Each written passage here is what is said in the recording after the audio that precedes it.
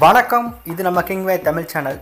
நீங்கள் இன்னும் நம்ம கிங்வே தமிழ் சேனலை சப்ஸ்கிரைப் பண்ணலாட்டி கீழே இருக்க ரெட் கலர் பட்டனை கிளிக் பண்ணி சப்ஸ்கிரைப் பண்ணிக்கோங்க. பக்கத்தில் இருக்க பெல் ஐக்கானை கிளிக் பண்ணிட்டீங்கன்னா நம்ம போடுற வீடியோஸ்லாம் உங்களுக்கு உடனே நோட்டிஃபிகேஷனாக வரும்.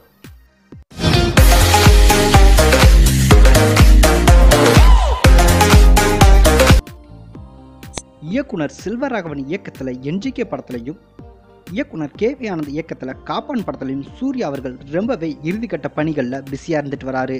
அடுத்து பார்த்தீங்கன்னா சூர்யா அவருடைய 38வது படத்துக்கான பணிகளில் ஆரம்பிக்க போகிறாங்க அப்படின்ற மாதிரி அப்டேட் தற்போது வெளியாயிருக்கு. இந்த படத்தை யார் இயக்க போகிறா அப்படின்னு பார்த்தீங்கன்னா இறுதிச்சுற்று படத்தோட இயக்குனர் சுதா கங்கரா தான் இந்த படத்தை இயக்க போகிறாங்க. இந்த படத்திற்கு ஜிவி பிரகாஷ் மியூசிக் கம்போஸ் பண்ணிருக்காரு. இந்த பாடல்களை விவேக் தான் எழுத இருக்காரு அப்படின்ற மாதிரி அப்டேட் தற்போது வெளியாயிருக்கு. சூர்யா அவர்களோட சொந்த தயாரிப்பு நிறுவனமான டூட்டி என்டர்டைன்மெண்ட் நிறுவனம் தான் இந்த படத்தை தயாரிக்க இருக்காங்க. மேலும் இந்த படத்தில் குனித் மங்கா இணைஞ்சிருக்காங்க அப்படின்ற மாதிரி ஒரு அப்டேட் சமீபத்திலே படக்குழு வெளியிட்டு இருந்தாங்க. அவங்களும் இந்த படத்தோட இணைஞ்சு இந்த படத்தை தயாரிக்கிறாங்க அப்படின்ற மாதிரி அப்டேட் தற்போது வெளியாயிருக்கு. ஏற்கனவே இவங்க சிறந்த குறும்படத்திற்கான ஆஸ்கர் விருதை வாங்கியிருக்காங்க. சூர்யா அவர்களுடைய 38வது படம் ஒரு சாதனையாளரை மையப்படுத்தி இந்த படம் உருவாக்க இருக்கு அப்படின்ற மாதிரி அப்டேட் தற்போது வெளியாயிருக்கு. இந்தியாவில் ஏழை எளிய மக்களுக்கு பயன்பெறும் வகையில் விமான சேவையை முதலாக தொடங்கியவர் கோபிநாத். இவர் தான் ஏர்டெக் நிறுவனத்தை ஊரக மற்றும் கிராம பகுதிகளுக்கு ரொம்பவே கொண்டு போயிருக்காரு. விமான சேவையை வழங்கவும் இவர் தான் உறுதுணையாக இருந்திருக்காரு.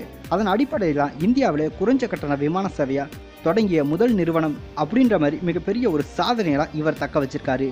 இவரோட பயோவை தான் சூர்யா அவர்கள் அவருடைய 38வது படத்தில் எடுத்து நடிக்க போகிறாரு அப்படின்ற ஒரு அப்டேட் தற்போது வெளியாயிருக்கு. அது மட்டும் இல்லாமல் இவர் முன்னாள் ராணுவ வீரரும் அப்படின்ற ஒரு அப்டேட் தற்போது வெளியாயிருக்கு.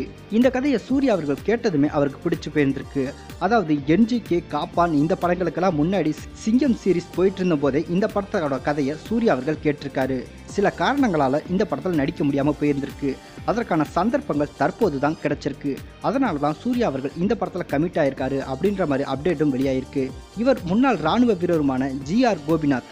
இவரது சாதனைகள் மற்றும் சேவையை போற்றும் விதமாக இந்திய அரசு பல்வேறு விருதுகளையும் கொடுத்திருக்காங்க. பிரெஞ்சு நாட்டில் செவிலியர் விருதும் வாங்கியிருக்காரு. இதனால சூர்யா அவர்கள் ஏற்கனவே கஜினி படத்தில் ஒரு பிஸ்னஸ் மேனாக நடிச்சிருப்பாரு.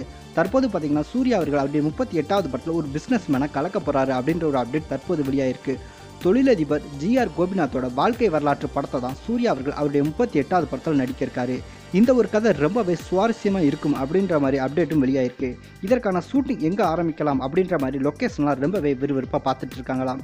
ரொம்பவே சீக்கிரம் இந்த படத்துக்கான ஷூட்டிங்கை ஆரம்பிக்க போகிறாங்க அப்படின்ற மாதிரி அப்டேட்டும் வெளியாயிட்டு இருக்கு.